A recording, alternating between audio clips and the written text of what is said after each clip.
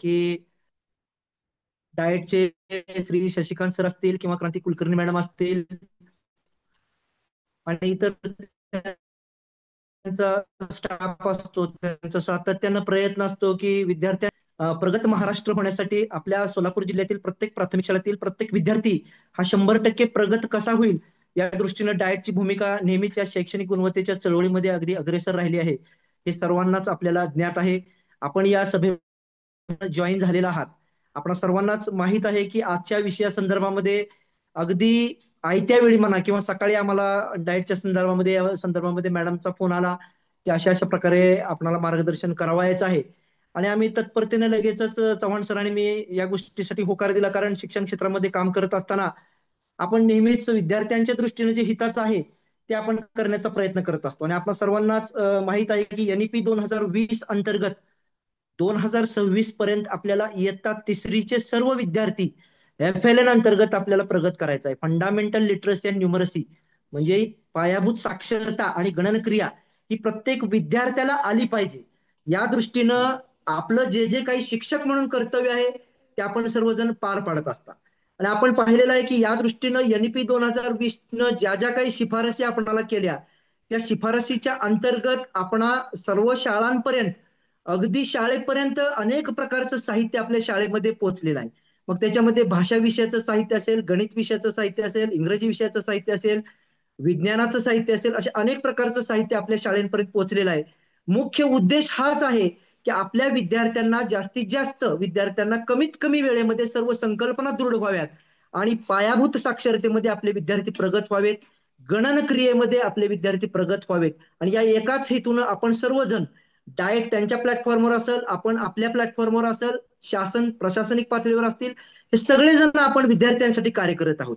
आणि याचाच एक भाग म्हणून डाएटनं आजची ही जी सभा आहे या सभेमध्ये एक प्रकारचं डेमो किंवा मार्गदर्शन आपण पेटीतील साहित्य अनेक शिक्षक आपले सोलापूर जिल्ह्यातले अतिशय तज्ज्ञ आहेत, अतिशय उपक्रमशील आणि प्रयोगशील अशा प्रकारचे शिक्षक आपले काम करत असतात आणि सर्वजण त्या पेटीतील साहित्य आपण वापरत असतो.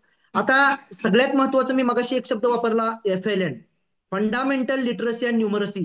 ही जर आपल्या विद्यार्थ्याला 2026 पर्यंत येतात तिसरी पर्यंतच्या सर्व विद्यार्थ्यांना आपल्याला प्राप्त करून द्यायची आहे.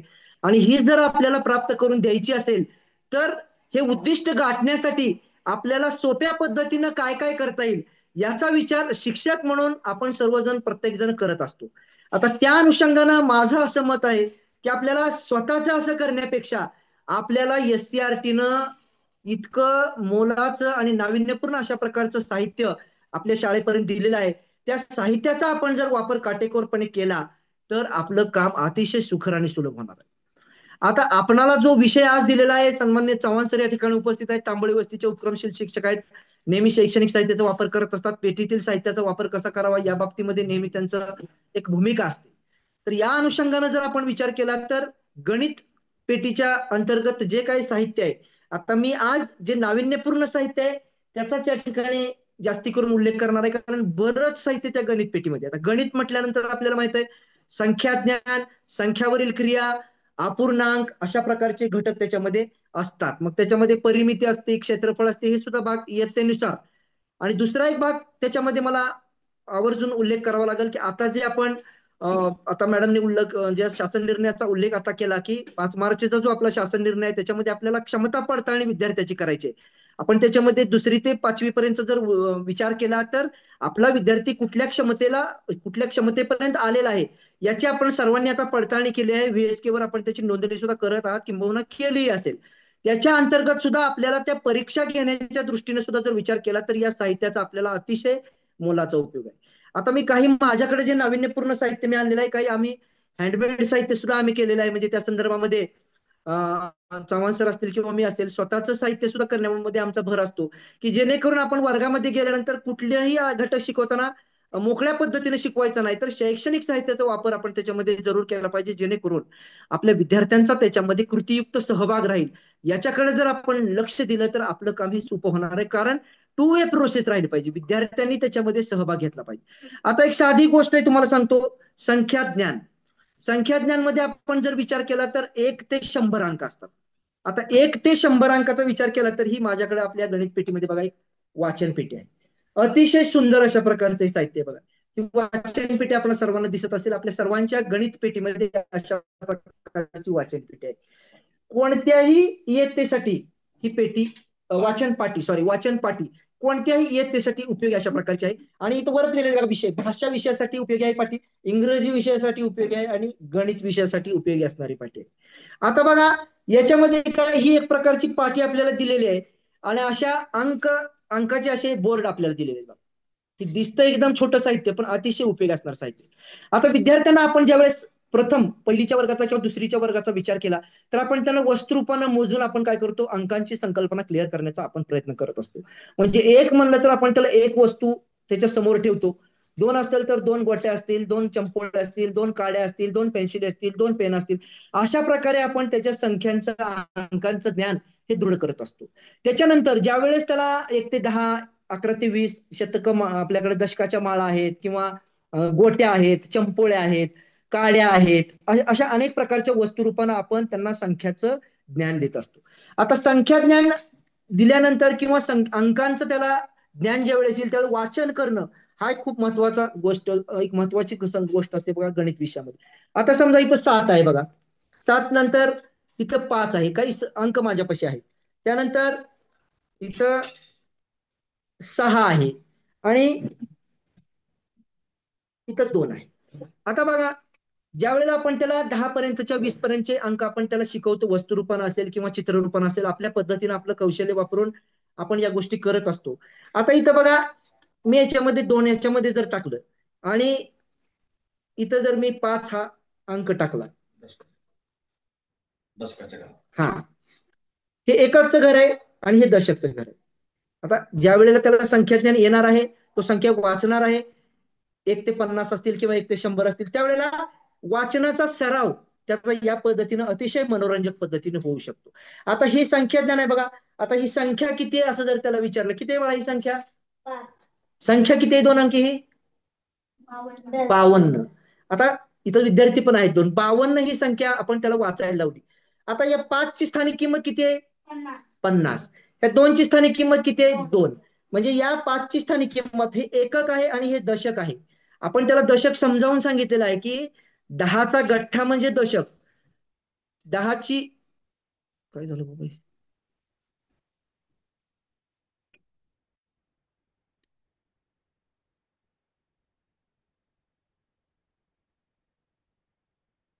व्हाईट बोर्ड दिला का तिने?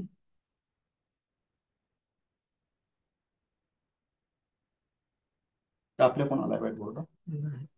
हॅलो, हा 10चा गठ्ठा आपण केल्यानंतर आपण त्याला दशक म्हणतो. आवाज येतोय का माझा? हो सर, हॅलो, येतोय.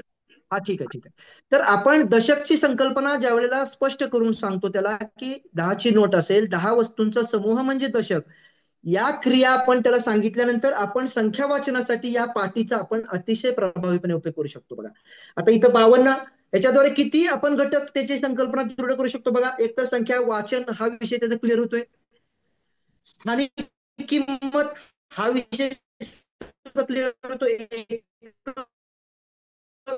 म्हणजे सुट्टे असतात, दशक म्हणजे 10ची नोट असते, विस्तारित मांडणी 5 ची स्थानिक किंमत 50 आहे, 2 ची स्थानिक किंमत 2 आहे आणि याची विस्तारित मांडणी किती होईल मग?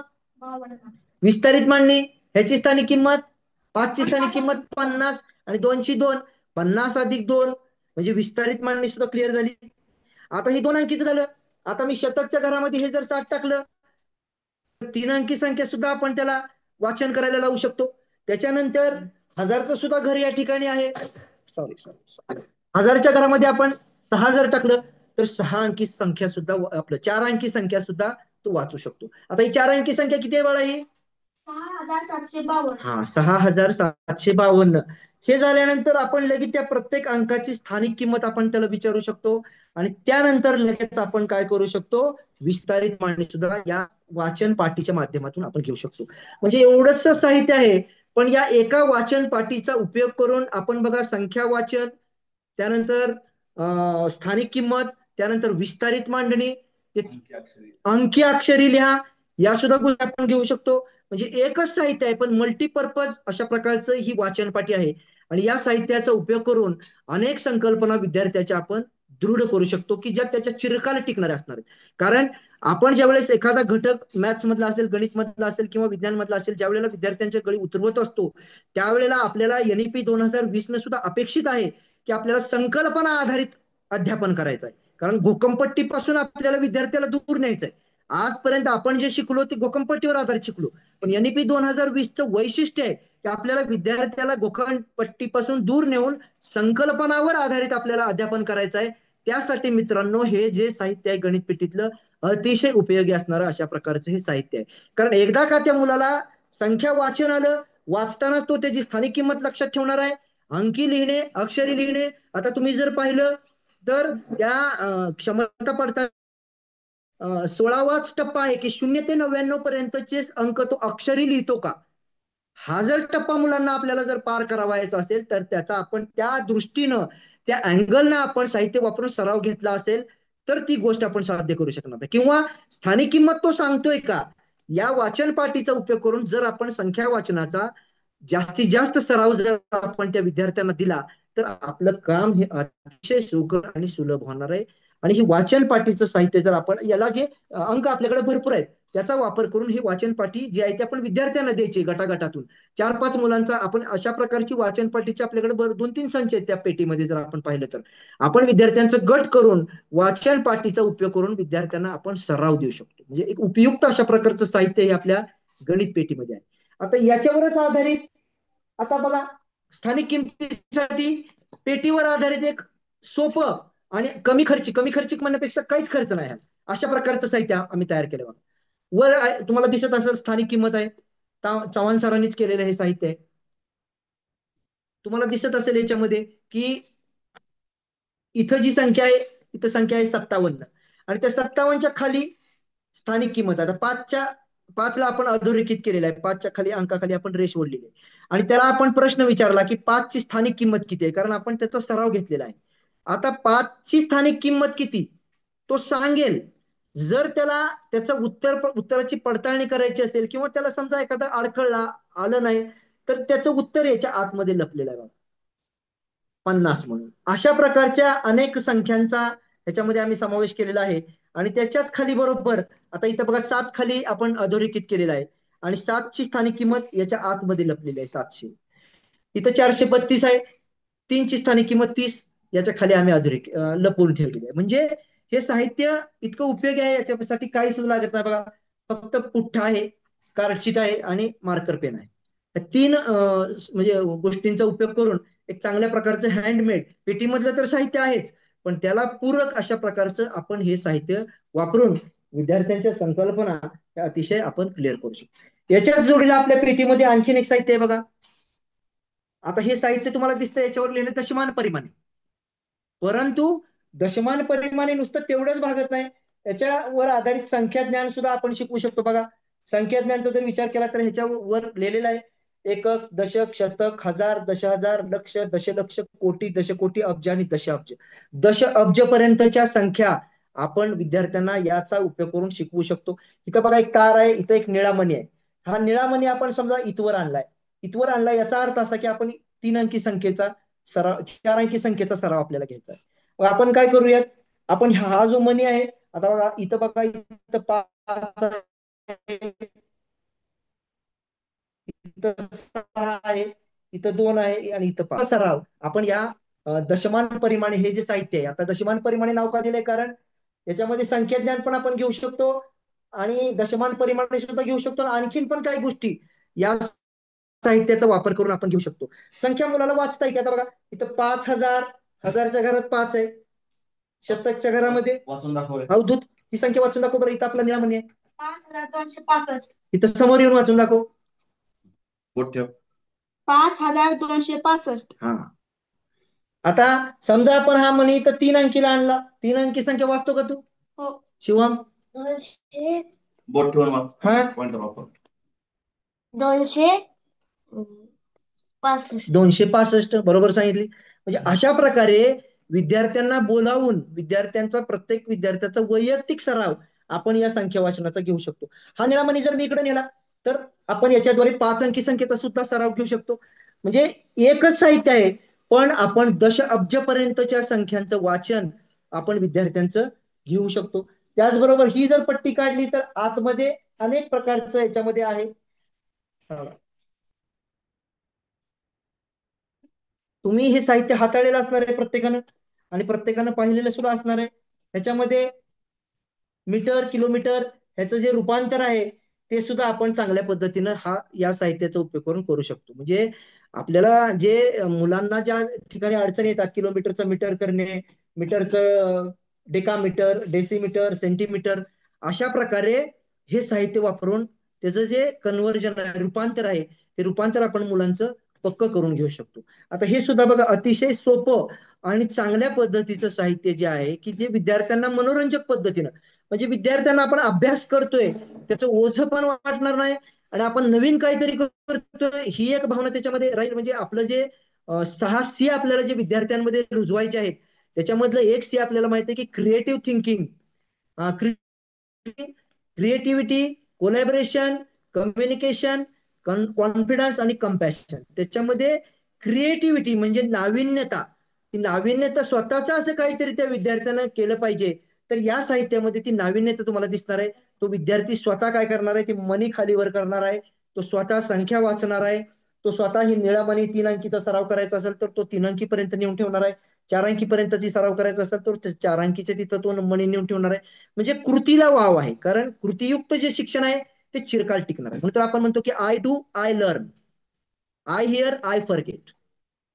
म्हणजे ज्या वेळेला एखादी गोष्ट आपण करत असतो त्यावेळेला ती गोष्ट आपल्या चिरकाल स्मरणात राहत असते, आणि ती जर गोष्ट आपल्याला साध्य करायची असतील चांगल्या पद्धतीनं, तर त्याच्यासाठी म्हणून आपण हे साहित्य जे आहे गणित पेटीमधलं, त्या साहित्याचा उपयोग आपण जास्तीत जास्त केला, त्याचा वापर कसा करायचा हे जर आपण मुलांना सांगितलं तर त्याचा जास्तीत जास्त पद्धतीनं चांगल्या पद्धतीनं उपयोग करून मुलं घडू शकतात साहित्याचा वापर करून. अन्यथा रट्टा मार्के घोकमपट्टी करून जर आपण मुलांना परंपरागत पद्धतीने 1 ते 100 अंक शिकवले, संख्या वाचन शिकवलं, तर ते मुलगा तात्पुरत्या स्वरूपामध्ये त्याच्या लक्षात राहील आणि त्याला पुन्हा अडचणी निर्माण होणार आहेत. ते जर टाळायचं असेल तर हे साहित्य वापरणं गरजेचं आहे. एवढं मोठं शासनानं आपल्यासाठी म्हणून NEP 2020च्या शिफारसींच्या आधारावर आपल्याला खूप साहित्य शाळेमध्ये दिलेलं आहे. त्याचं साहित्याचा वापर आपण, त्याचं व्यवस्थापन आपण जर चांगल्या पद्धतीने ठेवलं तर ते चांगल्या पद्धतीनं त्याचा उपयोग आपण करू शकणार आहे. कारण आपण काय होतंय, आता मी सुद्धा आज पाहतोय, ज्या वेळेला शैक्षणिक साहित्याचं आपल्याला गणित पेटीबद्दल सांगायचं आहे त्यावेळेला मी ते सगळं म्हणजे होतं, परंतु होतंय काय, मुलं साहित्य वापरत असतात. मग काही साहित्य त्यांनी मिक्स करून ठेवलेलं असतं, काही साहित्य इकडचं तिकडं केलेलं असतं, तर त्याचं व्यवस्थापन सुद्धा तितकंच महत्वाचं आहे बघा. गणित पेटीमध्ये जे साहित्य आपण ठेवलेलं आहे त्याचं मॅनेजमेंट असेल, त्याची मांडणी असेल, ते सुद्धा आपण चांगल्या पद्धतीने केली तर त्याचा उपयोग आपण फार दिवस करू शकतो. याचा अर्थ असा नाही की ती मुलांना द्यायचं नाही. काय काय आपल्या शाळेमध्ये जर आपण पाहिलं तर ती मुलांना आपण घेऊच देत नाही. तुटल फुटल मोडल, ते मोडलं तरी चालेल, तुटलं तरी चालेल, पण आपण विद्यार्थ्याला ते हाताळण्यास दिलं पाहिजे. तरी दुसरं साहित्य सुद्धा माझ्या दृष्टीनं अतिशय उपयुक्त असणारं अशा प्रकारचं ते साहित्य आहे. अजून एक साहित्य त्या गणित पेटीमध्ये आहे बघा. आता विद्यार्थ्यांना नाणी आणि नोटा ह्या माहीतच असतात, व्यवहारामध्ये तो त्याचा वापर पण करत असतात. प्रत्यक्ष नाणी आणि नोटा जर आपण वापरायला दिल्या, त्याला समजावून सांगितलं ते तर अधिक चांगलं होईल. पण या गणित पेटीमध्ये हे एक साहित्य आलंय बघा, कोलाज सारखं साहित्य आहे. इथून स्टार्ट आहे, त्याच्यामध्ये बघा एक आहे वन याच्या खाली लिहिलेलं आहे. एक कोलाज प्रकारचं सोपं साहित्य आहे, मनोरंजक आहे, आकर्षक आहे. म्हणजे इंग्रजी मधलं जे स्पेलिंग आहे ते सुद्धा इथं दिलेलं आहे, आणि नाण्यांची चित्र पण वर दिलेली आहेत. याच्यामधून काय होणार आहे, त्या मुलाची नाणी आणि नोटाची जी संकल्पना आहे ती त्याची क्लिअर होत जाणार आहे. आणि याच्यामध्ये बघा नोटा सुद्धा दिलेली आहे. 100ची नोट आहे बघा इथं 100ची नोट तुम्हाला दिसत असेल. त्यानंतर बघा आता इथं आणखीन एक नवीन गोष्ट आहे बघा. नाविन्य पूर्ण कशा अर्थानं म्हणतोय मी बघा. आता इथं 90 म्हणलंय, 90 म्हणजे 90. आता 90 म्हणजे नोटा यांनी दिलेल्या आहे. 50ची नोट आहे आणि 2 20च्या नोट आहेत. म्हणजे 90चा आपण काय करू शकतो, 50+20+20 किती प्रकारे 90 होऊ शकतं, किंवा 90चे सुट्टे आपण म्हणू शकतो त्याला. 90चे सुट्टे जर आपल्याला करायचे असतील तर ते कशा प्रकारे करता येतील याचं एक चित्र इथे दाखवलं. 80चं पण तसंच आहे. 50 आहे, 50ची एक नोट आहे, 20ची एक आहे, 10ची एक नोट आहे. अशा प्रकारे नाणी आणि नोटा वर आधारित असणार हे कोलाज टाईप अशा प्रकारचं अतिशय आकर्षक आहे आणि कागद अशी अतिशय चांगला वापरलेला आहे. मुलांना हाताळायला सोपं आहे. म्हणजे काय होणार नाही, पावसात भिजलं तरी या साहित्याला काय होणार नाही. अशा प्रकारचं टिकाऊ स्वरूपाचं साहित्य आहे. प्रत्येक नोट असेल, नाणी असतील, याच्या संकल्पना यामधून आपण क्लिअर करू शकतो बघा. नाणी आणि नोटाचं एक साहित्य याच्यामध्ये. त्याच्यानंतर बघा,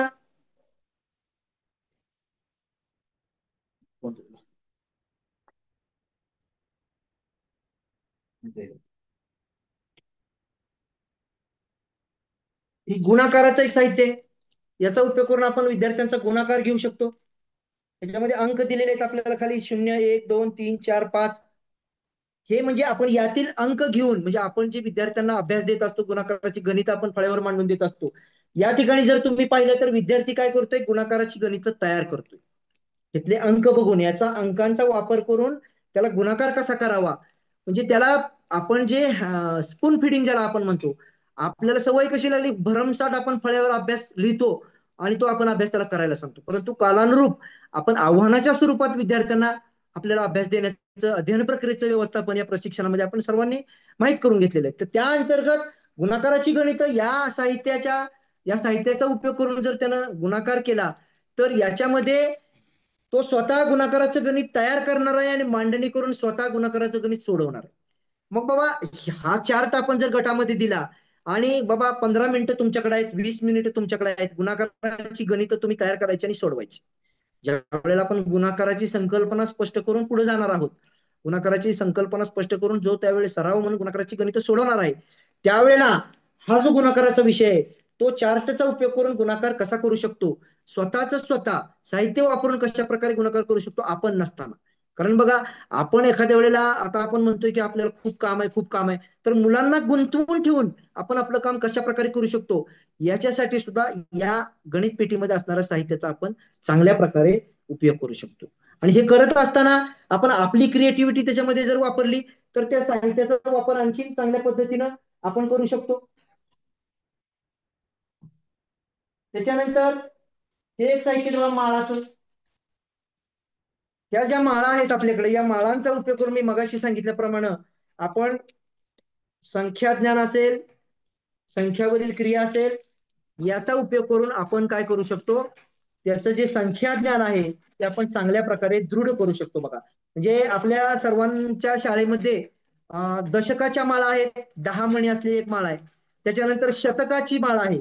अशा प्रकारच्या माळाचा उपयोग जर केला आपण तर आपण 2 अंकी संख्या त्याच्याकडनं तयार करू शकतो आणि 3 अंकी संख्या सुद्धा आपण तयार करू शकतो. त्याच्यामध्ये ती ज्या माळा आहेत, वेगवेगळ्या रंगाच्या माळा आहेत बघा.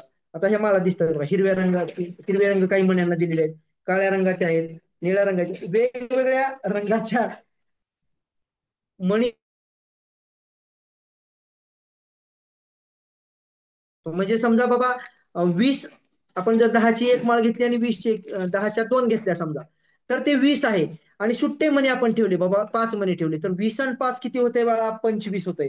अशा प्रकारे आपण काय करू शकतो, संख्या वाचनाचा सराव आपण त्याच्यामध्ये चांगल्या पद्धतीनं घेऊ शकतो. आता ते करत असताना आपण बघा काय करायचंय, माझ्याकडे समजा माळा आहे, तर 10च्या 5 माळा, म्हणजे 10च्या 5 माळा आपण ठेवायच्या एका बाजूला आणि दुसऱ्या बाजूला काय करायचे, सुट्टे मणी ठेवायचे. समजा 10च्या 5 माळा आहेत, 5 माळा किती झाले, 5 माळा म्हणजे 5 म्हणतो त्याला आपण.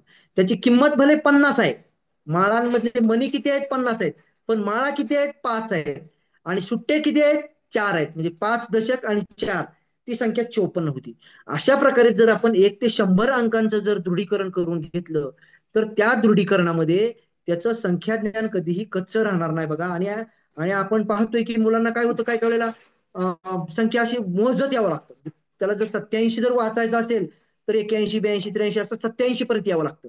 पण अशा प्रकारे जर आपण सराव घेतला तर बोट ठेवल्या ठेवल्या तो मुलगा संख्या वाचू शकतो. इतक्यापर्यंतची तयारी, म्हणजे आम्ही आता उल्हास ज्यावेळेस मध्यंतरीचा सोलापूरला मेळावा होता तेव्हा आम्ही तिथं प्रेझेंटेशनसाठी आमचा स्टॉल होता, त्यावेळेला आम्ही प्रत्यक्ष एक मुलगा तिथं त्या शाळेतला आला होता. त्या मुलाला सुद्धा, मुलगा एकदम प्रतिभावान होता, परंतु त्याचं सुद्धा एक मला जाणवलं की ज्या वेळेला मी 87 सांगतोय, 87 त्याला ओळखायला सांगतोय, त्यावेळेला मनातल्या मनात तो मोजत होता, 81 पासून 87 पर्यंत जात होता.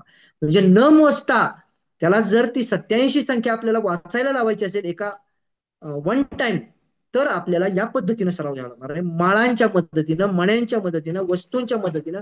कारण आपल्याला पहिल्यांदा त्याच्या मुलाच्या मनामध्ये चित्र असतं आणि नंतर तो त्या आकाराकडे जात असतो. म्हणून चित्रांचा उपयोग करून आपल्याला जास्तीत जास्त त्याला त्या संकल्पनेकडे न्यायचंय.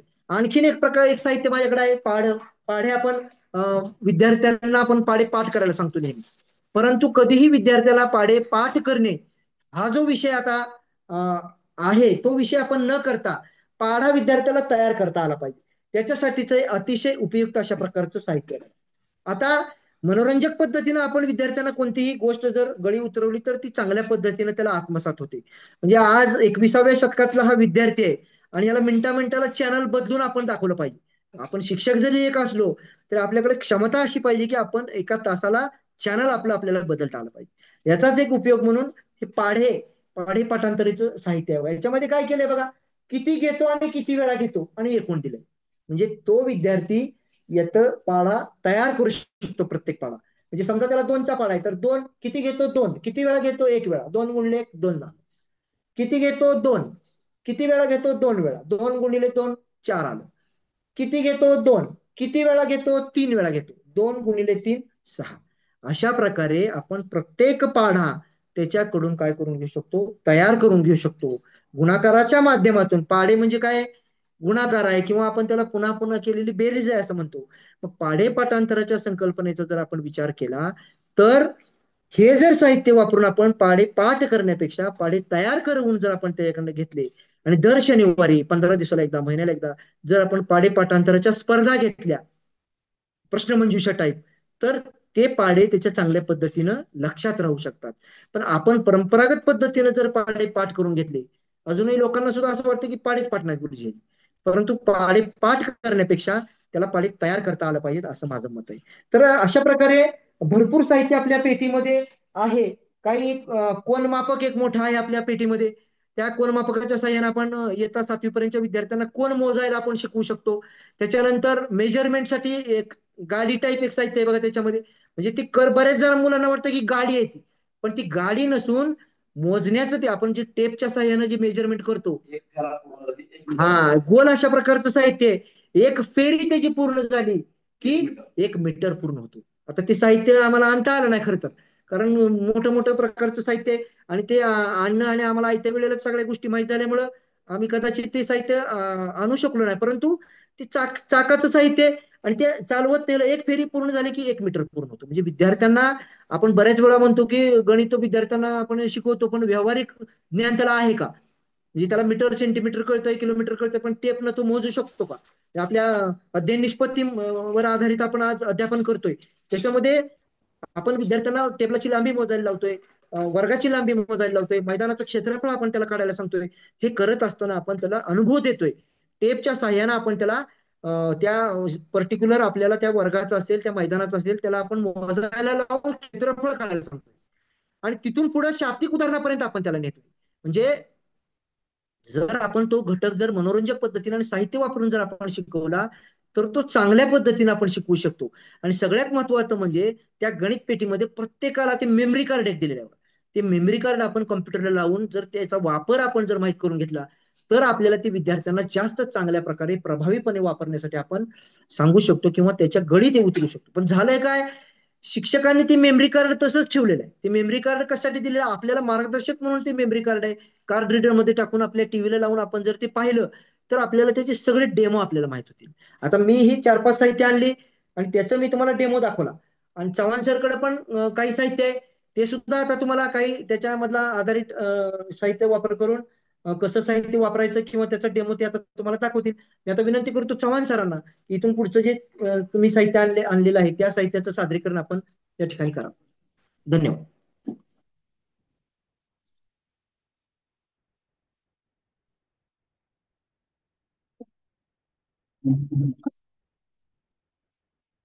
नमस्ते.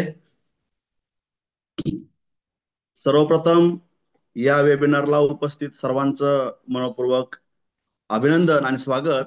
यासाठी की मार्च एप्रिलचा कडक उन्हाळा आहे आणि असं असताना देखील आपण आपला विद्यार्थी निपुण करण्यासाठी, आपला महाराष्ट्र निपुण करण्यासाठी आपला भारत निपुण करण्यासाठी, आता निपुणचा लॉंग फॉर्म मी सांगत बसणार नाही कारण सरांनी आणि मॅडमने निपुणचा लॉंग फॉर्म सांगितलाच आहे, पण मी निपुण बाबत एवढंच सांगेन की आपल्याला आपल्या समोरचा प्रत्येक विद्यार्थी निपुण करायचा आहे. तो प्रत्येक कौशल्यामध्ये, प्रत्येक क्षेत्रामध्ये तो अतिशय कसा होईल, तरबेज होईल, निपुण होईल, अशा पद्धतीचा आपल्याला त्याला घडवायचं आहे. त्याच्यासमोर अध्ययन अनुभवाची पेरणी करायची आहे. बघा, मगापासून सरांनी सांगितलं किंवा आजचा विषयच आहे गणित पेटी. म्हणजे शैक्षणिक साहित्याचा जो काही पिटारा आहे, एका पेटीला तर जादुई पिटारा असंच म्हटलेला आहे. तर या गणित पेटीच्या साहित्य संदर्भात आपण या ठिकाणी चर्चा करतोय. हे साहित्य कसं वापरल्यानंतर त्याचा अतिशय चांगला वापर होईल आणि मुलांना ते एखाद्या गोष्टीचा संभवत क्लिअर होण्यासाठी उपयुक्त ठरल, या संदर्भात आपण मगापासून चर्चा करतो आहे. मग सरांनी बोलता बोलता सांगितलं की एखादी गोष्ट आपण फक्त पाहतो किंवा ऐकतो. ज्यावेळेस आपण एखादी गोष्ट फक्त ऐकतो ती गोष्ट कालांतराने विसरून जाऊ शकते. मात्र जेव्हा एखादी गोष्ट आपण ऐकण्याबरोबरच पाहतो देखील, तेव्हा ती गोष्ट आपल्या काही काळ स्मरणात राहते. आपण कालांतराने ती गोष्ट आठवू शकतो, कुठंतरी पाहिल्यासारखं वाटू शकतं आपल्याला. मात्र तीच गोष्ट आपल्याला चिरकाल स्मरणात राहावी असं वाटत असेल तर ती गोष्ट आपण हाताळणं गरजेचं आहे. आणि म्हणून म्हटलेलं असतं की they hurt, they they can forget, but when they saw they can remember, but when they do something, म्हणजेच विद्यार्थी ऑलवेज अंडरस्टँड इट, कायमस्वरूपी ते स्मरणात ठेवू शकतात. आणि म्हणून शैक्षणिक साहित्याचा वापर जास्तीत जास्त होणं गरजेचं आहे. आणि त्याचाच एक भाग म्हणून एनईपीनं, राष्ट्रीय शैक्षणिक धोरणानं आपल्या शाळांमध्ये अनेक प्रकारच्या पेट्या पाठवलेल्या आहेत. प्रत्येक विषयाच्या पेट्या आहेत. गणितचे आहे, मराठीचे आहे, भाषेचे आहे म्हणजे इंग्रजीचे आहे, वेगवेगळ्या प्रकारचे पेट्या आहेत. आणि त्यामध्ये अतिशय नाविन्यपूर्ण वेगवेगळ्या प्रकारचं साहित्य आहे की जे शिक्षण प्रक्रिया आनंददायी बनवतंय. कित्येक मुलं शाळेत अक्षरशः पीटी सोबत खेळायला मिळतंय म्हणून शाळेत येतात. भारी गोष्ट आहे. मुलांनी शाळेत आलं पाहिजे आणि खेळण्यासाठी आनंदाने शाळेत आलं पाहिजे. मुलं खेळण्यासाठी शाळेत येतात, त्या साहित्यासोबत खेळतात. कित्येक साहित्य असे आहेत की ते त्याचा, हे जरी आपण पुन्हा विद्यार्थ्यांना सांगितलेलं असलं तरी मुलं त्याचा अजूनच वेगळाच काहीतरी वापर शोधून काढतात. आणि त्या या साहित्याचा वापर असाही होऊ शकतो हे आपल्याला त्यांच्याकडून समजतं. आणि तेव्हा कुठंतरी मुलांमधून क्रिएटिव्हिटी जागृत झाली. एनईपीचं जे काही 6C आहे त्यातलं एक कौशल्य मुलांमध्ये आलं, त्यांच्यात सर्जनशीलता आली, हे आपल्याला बघून समाधान वाटल्यासारखं होतं.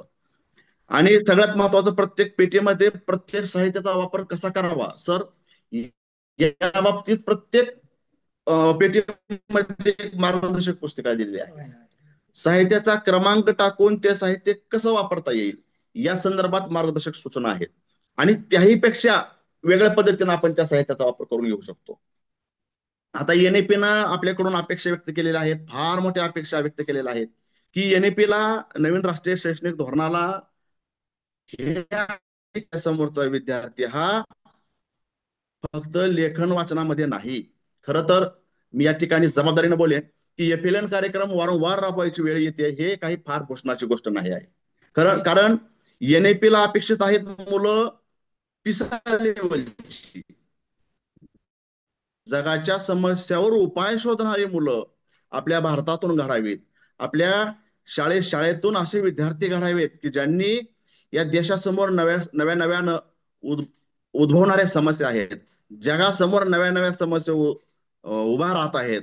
ग्लोबल वॉर्मिंग आहे, ढासळणारं पर्यावरण आहे, अशा समस्यावर उपाय शोधणारी मुलं आपल्या शाळांमध्ये घडावीत, ही अपेक्षा एनईपी करताय. आणि आपण मुलांना काय देतोय? एफएलएन. पण कोणतीही यशाचं शिखर गाठण्यासाठी अगोदर पाया भक्कम असावा लागतो. आणि एफएलएन आपल्या मुलांचा पाया भक्कम करण्याचा प्रयत्न करतोय असं मला वाटतं. आणि म्हणून त्या ठिकाणी मी गणित पेटीतील साहित्याचा, आम्ही शाळा असताना सर्वप्रथम मी एक थोडी माहिती सांगणार आहे. प्रत्येक विद्यार्थ्यांकडे ही कंपास पेटी असते. परवा मला माझ्या एका विद्यार्थ्याने विचारलं की सर, या साहित्याला काय म्हणायचं? पहा, मी बऱ्याच मुलांना विचारलं की आपल्या कंपास पेटीमध्ये दोन टोकं असलेले एक एक लोखंडी साहित्य आहे आणि एक टोक असलेलं ज्या बाजूला एकाला पेन्सिल बसवता येते असं एक साहित्य आहे. मुलं ह्या दोन्ही साहित्याला आपण करून देऊया. तर बघा ज्या साहित्याला आपण पेन्सिल बसवतो आणि त्याच्या साह्यानं वर्तुळ किंवा वर्तुळ कंस काढू शकतो, याला कंपास असं म्हटलं जातं. या साहित्याला कंपास असं म्हटलं जातं. मात्र दोन्ही बाजूला टोक असलेलं ज्याला पेन्सिल बसत नाही असं जे साहित्य आहे याला कर्कटक म्हणतात. मग मुलांचा लगेच प्रश्न आला, मुलांना प्रश्न फार पडतात नाही का होतो, मुलांना प्रश्न प्रश्न फार पडतात की मग याचा वापर काय करायचा, त्याच्या सहाय्याने आपण वर्तुळ काढलं, याचा वापर कशासाठी करायचा. तर याचा वापर करायचा आहे रेषाखंडाची लांबी मोजण्यासाठी. एखादा प्रश्न आहे दिलेल्या रेषाखंडाची लांबी मोजा किंवा दिलेल्या 4 रेषाखंडापैकी सर्वात जास्त लांबीचा रेषाखंड कोणता, सर्वात कमी लांबीचा रेषाखंड कोणता किंवा 5 सेंटीमीटर लांबीचा रेषाखंड कोणता आहे, ज्यावेळेस असा प्रश्न विचारला जाईल त्यावेळेस आपण त्या रेषाखंडावरती हे दोन टोकं ठेवायची, त्याचं माप घ्यायचं, त्यानंतर ही दोन टोकं पट्टीवर ठेवायची आणि आपण त्याचं माप घेणार आहे, मोजून पाहणार आहे. ते आहे 5 सेंटीमीटर. म्हणजे तो रेषाखंड 5 सेंटीमीटरचा आहे. हे काम हे कर्कटक करतंय. याचे अजूनही वापर असतील, पण याचा मुख्य वापर रेषाखंडाची लांबी मोजणे, याचं वर्तुळ काढणे, वर्तुळ कंस काढणे. ही पट्टी आहे ही 15 सेंटीमीटरची पट्टी आहे. जर आपण 30 सेंटीमीटरची पट्टी वापरत असू तर ही फूट पट्टी आहे. मग ही सुरुवात आहे. इथून पुढे जायचं म्हटलं ही फूट पट्टी आहे 30 सेंटीमीटरची. 100 सेंटीमीटरची जर पट्टी असेल किंवा टेप असेल तर ती 1 मीटर होईल. मात्र आपल्या कंपासामध्ये ही 30 सेंटीमीटरची पट्टी असते. त्याचबरोबर हा अर्धगोल जो आहे हा कोनमापक आहे आणि एक सारखे दिसणारे दुसरे एक दोन आकार असतात, वस्तू असतात. पहा हे त्रिकोणी, एक काटकोन त्रिकोण दिसतोय आणि दुसरा हा देखील काटकोन त्रिकोणच आहे पण याच्यापेक्षा थोडासा वेगळा दिसतोय. तर याचं नाव आहे त्रिगुण्या. अवधूत शिवम याचं नाव आहे त्रिगुण्या. याच्या सहाय्यानं दिलेली आकृती काटकोनाची आहे का किंवा दिलेल्या आकृतीचा कोण तर आपण याच्या सहाय्यानं मोजणार आहे. पण या त्रिकोणाचा वापर दिलेली आकृती ही काटकोनाची आहे का हे बघण्यासाठी होतो किंवा याचा अजूनही इतर वापर असतील. त्याचबरोबर मग खोडरबर आहे, पेन्सिल आहे, अशी साहित्य या कंपास पेटीमध्ये असतात. आणि ही मुलं विचारतात, मुलांच्या ह्या जिज्ञासावरतीला आपण उत्तर दिलं पाहिजे, भले या जिज्ञासावरती आपण क्षमवले पाहिजे. आता आपल्याला वर्तुळाचा विषय निघाला तर आपल्या गणित पेटीमध्ये दुसरं साहित्य आहे, मी ते आणलं नाही पण माझ्याकडे हे साहित्य होतं. वर्तुळ आणि वर्तुळाचे भाग. एक गोलाकार एक वस्तू आहे, वर्तुळ आहे. ही या आकाराच्या अनेक वस्तू असतात. कोणकोणत्या वस्तू असतात अवधूत? गोलाकार बांगडी असते, अजून गाडीचं चाक असतं, बांगडी असते. मुलांच्या खेळण्यात काही वस्तू गोलाकाराच्या असतात, भाकरी चपाती या गोलाकार वस्तू आहेत. तर ही समोर दिसते ही एक गोल वस्तू आहे, पुठ्ठा आहे. या आकाराचा या आकृतीचा जो हा मध्यबिंदू आहे याला म्हणायचं आहे वर्तुळाचं केंद्र, वर्तुळ केंद्र. बरोबर. आणि या वर्तुळ केंद्रातून निघून या वर्तुळाच्या चारी ही वर्तुळाची अंतिम रेषा आहे, परिघ आहे. ही वक्राकार रेषा आहे. या वर्तुळाच्या केंद्रातून निघून परिघापर्यंत जी रेषा आली त्या रेषेला म्हणायचं आहे त्रिज्या. काय म्हणायचं आहे? त्रिज्या. आणि जेव्हा मी सांगेन की त्रिज्या ही व्यासाच्या निपट असते. व्यास म्हणजे काय? तर परिघाच्या दोन्ही टोकाला जोडणारी रेषा, पण अशी रेषा की जी वर्तुळ केंद्रातून जाते. म्हणजे ही रेषा ती वर्तुळ केंद्रातून गेली पाहिजे आणि परिघाच्या दोन्ही टोकाला टेकली पाहिजे. पण हे सांगत असताना मी जर असं म्हटलो की त्रिज्येपेक्षा व्यास हा दुप्पट असतो किंवा व्यासापेक्षा त्रिज्या ही निमपट असते, मी असं सांगण्यापेक्षा जर मुलांना वर्तुळ काढायला लावलं किंवा हे आकार त्याच्या हातात दिला, त्याला त्रिज्या मोज आणि आता व्यास मोज असं जर म्हटलं, त्यांनी ही वस्तू हाताळली तर त्याच्यात ते लक्षात येईल की अरे हो, त्रिज्येपेक्षा व्यास परफेक्ट दुप्पट आहे, व्यासापेक्षा त्रिज्या निमपट आहे. त्याचबरोबर काही जणाला असा प्रश्न पडेल की तिथं अजून एक रेषा मी काढली, ती परिघाच्या दोन टोकाला चिटकलेली आहे, पण पण ती वर्तुळ केंद्रातून गेलेली नाही, आणि म्हणून तिला व्यास न म्हणता तिला काय म्हणावं लागल, जीवा म्हणावा लागल. ती जीवा आहे. या वर्तुळामध्ये किती जीवा काढता येतील, तर असंख्य अगणित जीवा काढता येतील. आणि त्यातली सगळ्यात मोठी जीव जी कोणती जीवा असेल तिला आपण व्यास म्हणणार आहोत. तर हे मी जर का तोंडी सांगितलं, जीवा अशी असते, वर्तुळ केंद्र असं असतं.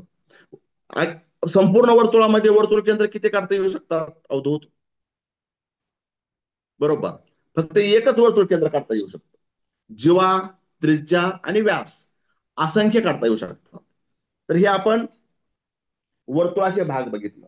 त्याचबरोबर मला वर्गात अध्यापन करत असताना नेहमी जाणवणारी एक गोष्ट की परिमाणे, धारकतेचं परिमाण, अंतराचं लांबीचं परिमाण, वजन वस्तुमानाचं परिमाण, या संदर्भात मुलांना संबोध क्लिअर होताना काही अडचणी येतात. उदाहरणार्थ 1 किलो म्हणजे 1000 ग्रॅम हे आपल्याला समजतं, पण अर्धा किलो म्हणजे 500 ग्रॅम इथपर्यंत पण समजत. पण 1 मीटर म्हणजे 1000 सेंटीमीटर नाही तर 100 सेंटीमीटर. आणि मग 1 तास म्हणजे 100 मिनिट नाही तर 60 मिनिट. म्हणजे हे वेगवेगळे संबोध आहेत, वेगवेगळ्या संकल्पना आहेत. आणि हे समजून सांगण्यासाठी, मुलांच्या शंकांचं पूर्णपणे निरसन होण्यासाठी आपल्या गणित पेटीमध्ये अतिशय सुंदर एक साहित्य आहे. वेगवेगळ्या 6-7 प्रकारचं हे साहित्य आहे. इतका छान याचा वापर होतोय. मी एका साहित्याची थोडक्यात ओळख करून देतो. बघा, हे वजन वस्तुमानाचं परिमाण किलोग्रॅम त्याच्या संदर्भातलं साहित्य आहे. 1 किलो म्हणजे 1000 ग्रॅम, आणि त्याचे समान 4 भाग केले असता जो एक भाग होतो तो असतो 250 ग्रॅमचा, आणि त्या समान चौथ्या भागाला म्हणतात पाव. पाव किलो म्हणू नको, पाव म्हणायचं. का? तर किलोचा आहे म्हणून तो पाव किलो. जर लिटरचा असेल तर तो पाव लिटर होईल. आणि जर का मीटरचा चौथा भाग असेल तर तो पाव मीटर होईल. हा किलोचा आहे, चौथा भाग आहे, म्हणून 1000चा समान चौथा भाग म्हणजे 250 ग्रॅम. म्हणून या 1 किलोचा पाव भाग किती असतो, तर 250 ग्रॅम असतो. छान.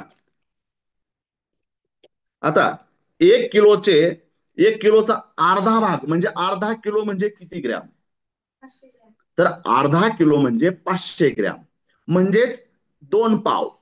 हा एक पाव आणि हा एक पाव. 1 किलोचे 4 पाव केले आपण, 1 2 3 4. त्यातले 2 पाव म्हणजे अर्धा किलो, म्हणजेच 500 ग्रॅम. तर एका किलोचे एका किलो पैकी जर आपण 3 भाग घेतले, म्हणजे 3 पाव घेतले, तर त्याला काय म्हणायचं, त्याला म्हणायचं पाऊण. हा पाऊण आकार दिसतो या ठिकाणी. एका किलोचे समान 4 भाग केले आहेत, एका आकाराचे समान 4 भाग केले आहेत, आणि त्यातले 3 भाग हिरव्या रंगाने रंगवले आहेत. म्हणजे हिरव्या रंगाने रंगवलेला आकार आहे पाऊण भाग. तो आहे 250 250 250, म्हणजे 750 ग्रॅम पाऊण भाग. अशा पद्धतीने हा एका किलोचा पाव म्हणजे किती, अर्धा म्हणजे किती, पाऊण म्हणजे किती, हे संकल्पना या छोट्याशा साहित्यानं स्पष्ट होते. आणि हे साहित्य आपल्याला सर मिळून 2 वर्ष झाली. अतिशय टिकाऊ स्वरूपाचं आहे, अनेक वेळा हाताळलेला आहे. माझ्या शाळेतील अगदी पहिलीच्या देखील मुलाची संकल्पना दृढ आहे केवळ या साहित्याच्या मदतीनं. त्याचबरोबर लिटर, 1 लिटर म्हणजे 1000 मिलीलिटर, त्याचा पाव भाग म्हणजे 250 मिलीलिटर. तर अर्धा भाग म्हणजे किलो सारखंच 2 पाव म्हणजे 250 250 500 मिलीलिटर म्हणजे अर्धा लिटर. तर पाऊण लिटर म्हणजे किती, 3 पाव. 1 लिटरचे समान 4 भाग केले, 250 250 असं 4 भाग झाले. प्रत्येक भागाला पाव म्हटलं तर 3 भाग म्हणजे पाऊण, म्हणजे 750 मिलीलिटर म्हणजे लिटरचा पाऊण भाग, पाऊण लिटर. ही संकल्पना ह्या छोट्याशा साहित्याच्या सहाय्यानं क्लिअर होते आहे. आता एक फसवणारी गोष्ट अशी की किलो म्हणजे, इथं ते वस्तू माझ्याकडून विसरली. 1 किलो म्हणजे जसं 1000 ग्रॅम, 1 लिटर म्हणजे जसं 1000 मिली, तसं 1 मीटर म्हणजे 1000 सेंटीमीटर नाही, तर 1 मीटर म्हणजे 100 सेंटीमीटर. आणि 1000 मीटरचा 1 किलोमीटर होणार आहे. त्याचंही साहित्य अशा स्वरूपात आहे, ते विसरलो मी, आणलं नाही. यानंतर आता मी मीटरचं बोललो, 1 मीटर म्हणजे 100 सेंटीमीटर म्हणालो. मात्र ही तासाची संकल्पना या ठिकाणी स्पष्ट होते. 1 तास म्हणजे 60 मिनिटं. एक बऱ्याच वेळा सर, बऱ्याच वेळा मुलांना बघितलं मी की बरोबर मुलं अर्धा तास म्हणले की 50 मिनिटं म्हणतात. 150 ते लक्षात राहिलेलं असतं. अर्धा तास म्हणले की 50 मिनिटं म्हणतात. 1.5 तास म्हणले की 150 मिनिटं म्हणून पाहतात. पण इथं अर्धा पाव पाऊन ही जर संकल्पना क्लिअर असेल तर मग कितीचाही आपण पाऊन करू शकतो. 1 डझन केळीचा अर्धा भाग किती म्हणल्यानंतर मुलांच्या मध्ये संभ्रमावस्था निर्माण होण्याचं कारणच नाही. कारण 1 डझन म्हणजे 12, त्याचा अर्धा म्हणजे अर्धा डझन, मग 12चे निम्म 6. इथं तेही आहे साहित्य. हा, 1 डझन म्हणजे 12 आणि डझनाचे म्हणजे 12चे समान 4 भाग केले असता प्रत्येक भागाला पाव म्हणायचं हे तर माहिती झालं. समान चौथ्या भागाला पाव म्हणतात. मग समान चौथा भाग 12चा किती येतो, तर 3 येतो.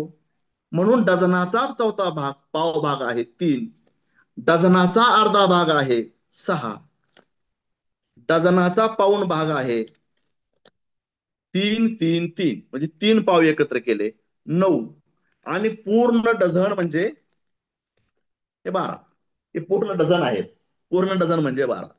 तसंच 1 तास म्हणजे 60 मिनिटं आणि 60 मिनिटाचा पाव भाग म्हणजे 15 मिनिटं. मिनिट एका तासाचा पाव भाग म्हणजे 15 मिनिटं. एका तासाचा पाव भाग 25 नाही होत, कारण तास म्हणजे 100 मिनिटं नाही. तास म्हणजे 60 मिनिटं. तासाचा चौथा भाग, समान चौथा भाग म्हणजे पाव भाग म्हणजे 15 मिनिटं. तासाचा अर्धा भाग म्हणजे 2 पाव एकत्र करून 15 म्हणजे 30 मिनिटं. आणि तासाचा पाऊण भाग म्हणजे अर्थातच 45 मिनिटं.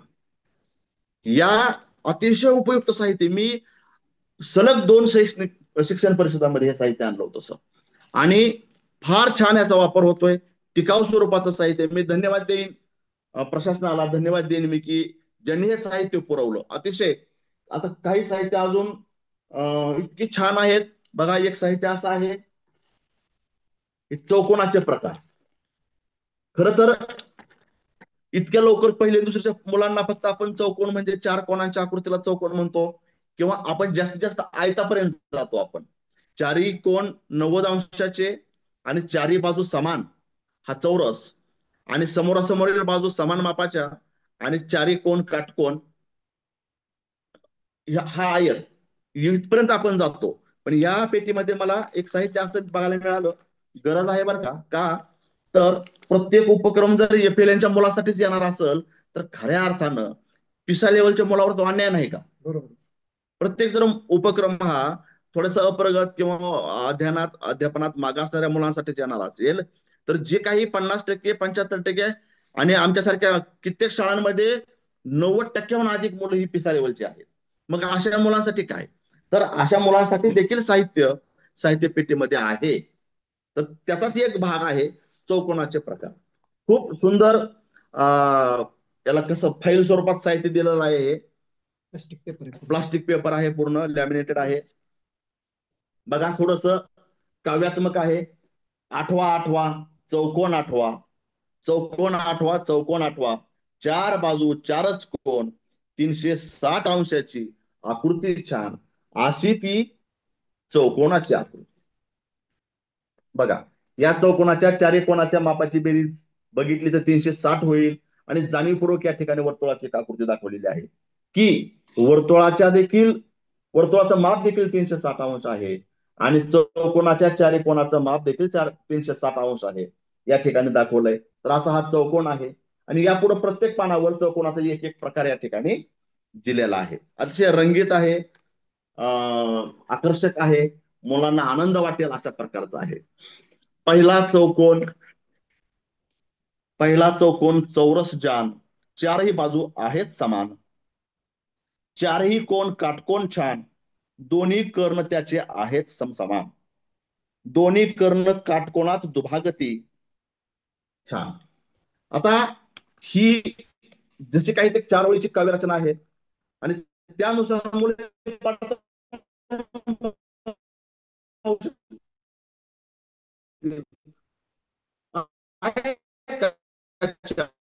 कोण आहेत ना, ज्या ठिकाणी दोन बाजू एकत्र आहे. मग बघा, या आकृतीला 4 शिरोबिंदू आहेत, 4 कोण आहेत, 4 बाजू आहेत, चारही कोण काटकोण आहेत. काटकोण आपलं कोण माप घेऊन आपण मोजून पाहतोय, मुलं मोजून पाहतात.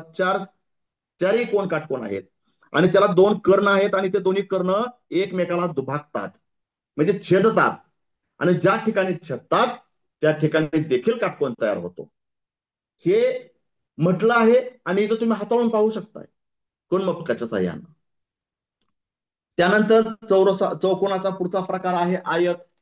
आताच म्हटलं मी, चारही बाजू वेगवेगळ्या मापाच्या जरी असल्या तरी समोरच्या बाजू समान मापाच्या असतात, चारही कोण समान मापाचे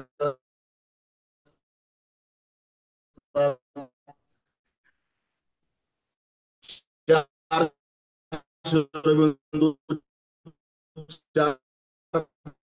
बाजू आणि दोन कर्ण एकमेकाला छेदतात, मात्र तिथं काटकोन. पुढचा चौकोनाचा प्रकार सांगितलं मग भूज जान, चारही बाजू आहेत समान, समोरासमोरील कोण समान, दोन्ही कर्ण मात्र नाहीत समान.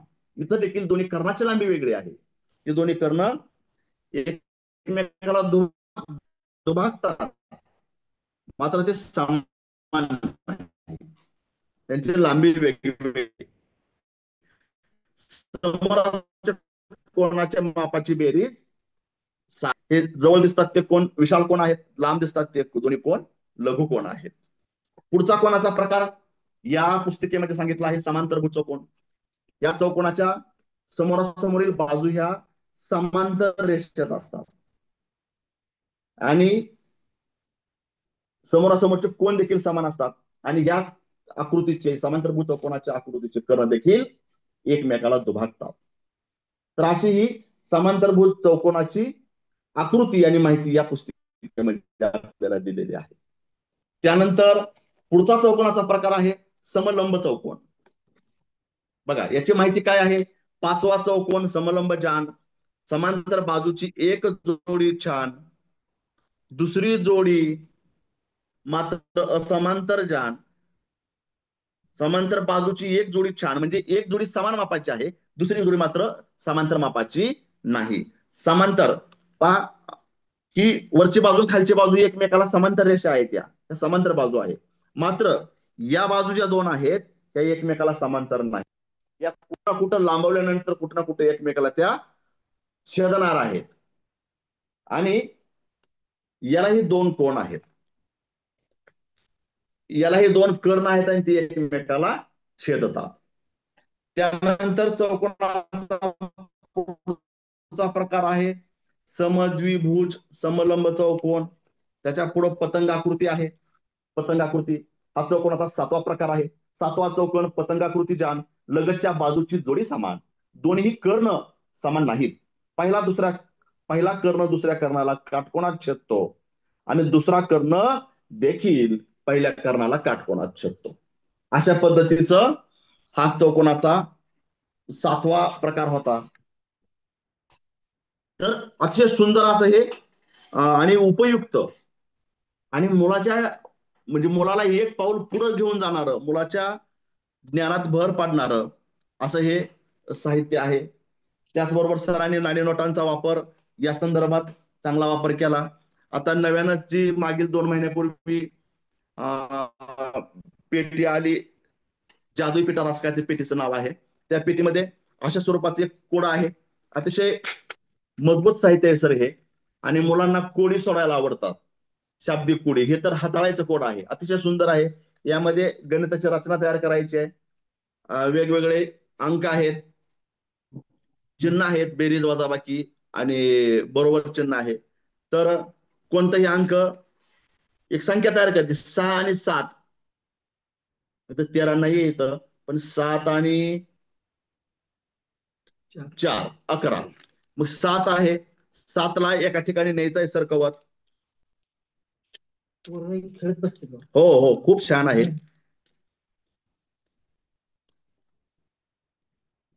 आणि 7 आणि 4 11. आता हे वेळ लागल, पण 7 त्यानंतर हे अधिकचं चिन्ह त्या ठिकाणी त्या खोक्यामध्ये आणायचं आहे. त्याच्या पुढे 4 अंक ठेवायचा, दोघांची बेरीज. म्हणजे गणिताची मांडणी करण्यासाठी मांडणी कशी करावी याची माहिती या साहित्याच्या सहाय्यानं होईल. अधिक बघा, गणित जर आपल्याला वेगानं गणित सुटावं असं वाटत असेल, मुलांचं गणितात गती यावी असे वाटत असेल, तर 7 अधिक 8 15 हे मुलाला माहिती आहे. पण 15 अजून किती प्रकारे करता येतं? 7 आणि 8 15 आहे, 9 आणि 6 15 आहे, बरोबर. 5 आणि 10 15 आहे, 12 आणि 3 15 आहे, 14 आणि 1 15 आहे. हे वेगवेगळ्या प्रकारे 15 होऊ शकतं, वेगवेगळ्या प्रकारे एखादी संख्या बनवू शकते. ही मुलाला समजावं यासाठी देखील हे साहित्य उपयोगी पडतंय. त्यातले कोणते 2 अंक घेऊन त्याची बेरीज किती येते? 10. तर मग अजून 10 बेरीज कोणत्या 2 अंकाच्या एकत्र येण्यानं होते ते मुलाला समजावं, किंवा त्याचा प्रकारचा सराव व्हावा. बेरजेची कहाणी. हो, बेरजेची कहाणी म्हणून एक खूप सुंदर साहित्य आहे, जरा मोठाही साहित्य ते. तर त्यामध्ये पण असं आज सांगितल्याप्रमाणे 13 बेरीज कशा किती प्रकारे येऊ शकते. 7 आणि 6 13, 8 आणि 5 13, 9 आणि 4 13, 12 आणि 2 13, 12 आणि 1 13, 11 आणि 2 13, असे वेगवेगळ्या प्रकारे बेरीज येऊ शकते 13. म्हणून त्याला बेरजेची कहाणी असं त्या चिन्हाला म्हटलेलं आहे. त्याचबरोबर नाणी नोटांचा वापर देखील सरांनी खूप छान पद्धतीने सांगितलं. बघा, आता आपण मुलांना व्यवहार ज्ञानाचे धडे मिळावेत म्हणून आपण शाळेमध्ये आनंददायी बाजार भरवतो, आठवडी बाजार भरवतो. त्यावेळेस खरंच कौतुक वाटतं मुलांचं, की मुलं सांगतात की 60 रुपये किलो वांगे आहेत. मग एखादा पालक मुद्दामच मुलाची मजा घेण्यासाठी म्हणतो, मग मला पाऊण किलो दे. तर बरोबर मुलं अचूक पद्धतीने सांगतात, हो हरकत नाही, पाऊण किलो घ्या, 60 रुपये किलो आहे तर 45 रुपयाची पाऊण किलो. म्हणजे मुलांचं व्यवहार ज्ञान सुधारलं पाहिजे, आणि त्यासाठी ह्या नाणी नोटांचा फार छान वापर होतोय. जर मी मुलांना शिवमला 100ची नोट दिली, अवधूतला 100 रुपयाची नोट दिली, आणि त्यांना सांगितलं की हे 100 रुपये मला सुट्टे करून दे, तुम्हाला कसे सुट्टे करून देशील? बरोबर, तो मला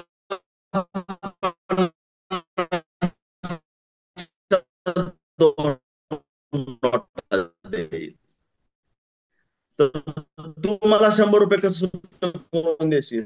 वेरी नाही, 2 नोटा म्हणजे 100. अजून वेगळ्या प्रकारे करायचं, 50ची एक नोट, 20च्या 2 नोटा आणि 10ची एक नोट, बरोबर. अशा प्रकारे देखील आपल्याला विस्तारित मांडणीचा एक प्रकारची आहे की नाही. तर अशा प्रकारे देखील आपल्याला या नोटांच्या सहाय्याने मुलांचं व्यवहार ज्ञान वाढवता येईल, याचा देखील वापर करून मुलांचं शिक्षण आनंददायी बनवता येईल.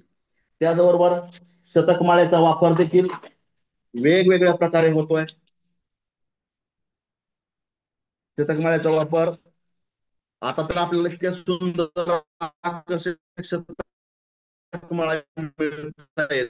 पूर्वी चिखलाच्या मातीच्या शतकमाळा बनवायचो. बघा, हे शतक लाल रंगाचे 10 मणी आहेत. मोजून पाहतो मी, 1 2 3 4 5 6 7 8 9 10. त्यानंतर केशरी रंगाचे 10 मणी आहेत. 1 2 3 4 5 6 7 8 9 10. आता मुलाला माहित झालं की हे लाल रंगाचे 10 मणी आहेत आणि केशरी रंगाचे पण 10च मणी आहेत, किंबहुना प्रत्येक रंगाचे या माळेमध्ये 10च मणी आहेत. जेव्हा हे मुलाला माहित होतं, त्यावेळेस जर मी त्याला यापैकी 13 म्हणे मला दाखव म्हटलं तर तो सर 1 पासून मोजत नाही तो, त्याला माहिती आहे ना हे 10 म्हणे आहेत, तो 11 पासून मोजायला चालू करतो. 11, 12 आणि 13. आणि सर खऱ्या अर्थानं त्याची दशक ही संकल्पना इथंच स्पष्ट होते. कारण त्यानं या 10 मण्याला एक गट समजला. पुन्हा पुन्हा मोजलं नाही त्यानं. हे 10 मणी म्हणजे एक गट आहे, तो 10चा गट आहे. आणि 10चा गट म्हणजेच दशक. ज्यावेळेस मी त्याला 35 मणी दाखव म्हणेल, त्यावेळेस तो 3 रंगाच्या 3 गट घेईल, म्हणजे 3 दशक घेईल. आणि पुढच्या दशकामधले सुट्टे सुट्टे 5 मणी घेईल, म्हणजेच 5 एकक. 3 दशक, 5 एकक म्हणजे 35. ही त्याची संकल्पना चांगल्या पद्धतीनं स्पष्ट होण्यासाठी, दृढ होण्यासाठी या साहित्याचा अतिशय उपयोग होतो. आणि हे साहित्य प्रत्येक शाळेमध्ये आहे. प्रत्येक शाळा या साहित्याचा वापर करते. आता या साहित्याच्या साहाय्याने आपण सोपी बेरीज घेऊ शकतोय. एक दशकाची संकल्पना स्पष्ट करून घेऊ शकतोय. दशक म्हणजे बंदे, एकक म्हणजे सुट्टे, ही संकल्पना आपण क्लिअर करून घेऊ शकतोय. अशा प्रकारे आपल्या शाळेमध्ये फक्त गणितच नाही तर वेगवेगळ्या विषयासाठीच्या साहित्य पेट्या आलेल्या आहेत. त्या साहित्य पेट्यांसोबत साहित्याच्या वापरासाठीची मार्गदर्शक पुस्तिका आलेले आहेत. त्याचा वाचन करून, अभ्यास करून या साहित्याचा जास्तीत जास्त वापर मुलांच्या अध्ययन प्रक्रियेमध्ये झाला पाहिजे. मुलांनी ते साहित्य वापरलं पाहिजे. फावल्या वेळामध्ये किंवा इतर आपली शैक्षणिक कामं असतात किंवा आता परीक्षेचं काम आहे, अशा वेळात सुद्धा रिकाम्या वेळ ज्यावेळेस मुलांना मिळतो त्यावेळेस मुलांनी हे साहित्य वापरलं पाहिजे. हे साहित्य पेट्यामध्ये न ठेवता आपले साहित्याचे कोपरे तयार करून, भाषेचा कोपरा, गणित कोपरा असं तयार करून त्या ठिकाणी ते साहित्य मांडलं पाहिजे. 4 वर्ग असतील तर गणित पेटी एक आहे, 4 वर्ग असतील तर त्या वर्गाला अनुरूप कोणतं साहित्य आहे ते साहित्य त्या वर्गामध्ये दिलं पाहिजे. त्यानंतर काय कालांतरानं 15 दिवसांनी, महिन्यांनी ते साहित्य एकमेकाच्या वर्गात आपण पुन्हा घेऊ शकतोय. जास्तीत जास्त साहित्याचा वापर करून आपली मुलं ही पायाभूत क्षमतांमध्ये प्रवीण होतील, हळूहळू निपुण होतील. आणि आपण नक्कीच जे काही एनईपीनं आपल्याकडून अपेक्षा व्यक्त केलेल्या आहेत की आपली मुलं ही चिकित्सक विचारसरणी करणारी असली पाहिजेत, आपल्या समोरची मुलं ही सर्जनशील असली पाहिजेत, त्यांच्यामध्ये संवेदनशीलता, आत्मविश्वास हे गुण त्यांच्यामध्ये आलं पाहिजेत. तर हे सगळे गुण त्यांच्यामध्ये येतील आणि एनईपीच्या अपेक्षा आपण पूर्ण करू. आपण नक्कीच आसर लेवलवर न राहता न्यास लेवलवरून आपण लवकरच आणि सर्वांना हेवा वाटेल असं आपण कार्य आपले विद्यार्थी करू अशी आशा या ठिकाणी बाळगतो. आणि अतिशय या रखरखत्या उन्हात देखील डायटनं हा वेबिनार आयोजित केला आणि आम्हाला यात सहभागी होण्याची संधी दिली. छोटे मोठे उपक्रम या ठिकाणी सांगण्याची, मांडण्याची संधी दिली, त्याबद्दल मनपूर्वक धन्यवाद. धन्यवाद सर. धन्यवाद अत्यंत मॅडम, धन्यवाद. कमी वेळामध्ये अतिशय आयत्या वेळी सांगून सुद्धा मॅडम. हा, बोला बोला. कमी बोला मॅडम. वेळामध्ये, हो हो, कमी वेळामध्ये सुद्धा विनोद परिचारक सर आणि संतोष चव्हाण सर यांनी चांगल्या प्रकारे तयारी करून उपस्थित शिक्षकांना मार्गदर्शन केलेलं आहे. याचा निश्चितच फायदा जे उपस्थित आहेत त्यांना होईलच आणि पुन्हा युट्यूब जे पाहतील त्यांनाही होईल. काही तांत्रिक अडचणीमुळे आपले पहिले जे सुलभक आहेत शिंदे सर, ते उपस्थित राहू शकले नाहीत. त्यामुळे यांना कमी कालावधी मिळाला होता तयारीसाठी. तरी सुद्धा त्यांनी चांगल्या प्रकारे मार्गदर्शन केलेलं आहे आणि आपण चॅट मधून ते पाहतच आहोत. सगळ्यांचे संदेश आलेले आहेत की अतिशय उत्तम, जबरदस्त, सुंदर असं सादरीकरण तुम्ही करत आहात. तर अशा प्रकारचं मार्गदर्शन भावी आपले जे काही वेबिनार आहेत त्याच्यातही मिळेल अशी आशा करते. आणि आपल्या दोघांचेही मी डाएट अर्थात जिल्हा शिक्षण व प्रशिक्षण संस्था वेळापूर यांच्या मार्फत आभार मानते. तसंच माझं उपस्थित शिक्षकांना सुद्धा आवाहन आहे की आपण जर वेगळ्या प्रकारचे उपक्रम आपल्या शाळेमध्ये राबवत असाल, गणितासंबंधीचे, पायाभूत क्षमता संबंधीचे किंवा संख्या ज्ञान किंवा काही कौशल्य असतील त्याच्यावर काही आधारित तुम्ही ऍक्टिव्हिटीज राबवल्या असतील, उपक्रम राबवले असतील की ज्याचा तुमच्या विद्यार्थ्यांना फायदा झालेला आहे चांगल्या प्रकारे, तो फायदा आपल्या जिल्ह्यातील सर्वच विद्यार्थ्यांना व्हावा अशी अपेक्षा मी सर्व शिक्षक आणि विद्यार्थ्यांकडून व्यक्त करते. आणि जर तुम्ही असे उपक्रम राबवलेले असतील तर कृपया मला संपर्क साधावा, जेणेकरून तुम्हाला पूर्ण जिल्ह्यासमोर आपल्या ज्या काही उपक्रम केलेले आहेत ते मांडण्याची संधी डाएट मार्फत आपल्याकडून आपल्याला मिळेल, जेणेकरून विद्यार्थ्यांना फायदा होईल. तर शेवटच्या सत्राकडे मी वळत आहे. जिल्हा शिक्षण प्रशिक्षण संस्थेमार्फत व शिक्षण विभाग जिल्हा परिषद यांच्या मार्फत आयोजित आजचा निपुण महाराष्ट्र कृती कार्यक्रम वेबिनार पहिला, सत्र पहिले या अंतर्गत आज आपण गणित पेटी या अंतर्गत संख्या ज्ञान किंवा इतर ज्या काही संकल्पना आहेत ते चांगल्या प्रकारे विद्यार्थ्यांना कशा समजावू शकतो हे आपण आपल्या आजचे जे मार्गदर्शक होते श्री परिचारक सर व श्री चव्हाण सर यांच्याकडून चांगल्या प्रकारे समजून घेतले.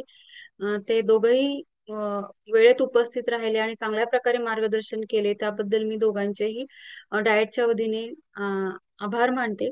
त्याचबरोबर हे सत्र उपलब्ध करून दिल्याबद्दल श्री आमचे डाएटचे प्राचार्य माननीय श्री साळुंखे सर यांचेही आभार मानते की त्यांनी हे सत्र घेण्यास आम्हाला संधी दिली आणि त्याच्यामुळे निपुण महाराष्ट्राला एक वेगळ्या प्रकारे गती मिळेल असं मला इथं वाटतं. त्याचबरोबर उपस्थित जे शिक्षक होते त्यांचेही मी आभार मानते आणि दुसरं सत्र लवकरच आपण घेऊन येत आहोत तर त्यालाही आपली उपस्थिती ठेवावी अशी मी आशा व्यक्त करते. धन्यवाद. धन्यवाद मॅडम, संधी आम्हाला दिली तुम्ही. अगदी आयत्या वेळी आम्हाला खरं तरी संधी मिळाली होती तरी सुद्धा आम्ही प्रयत्न करून चांगल्या पद्धतीने सादरीकरण करण्याचा प्रयत्न केला. सर्वांनी सहकार्य केलं त्याबद्दल आपले सर्वांचे धन्यवाद. हो सर, ओके.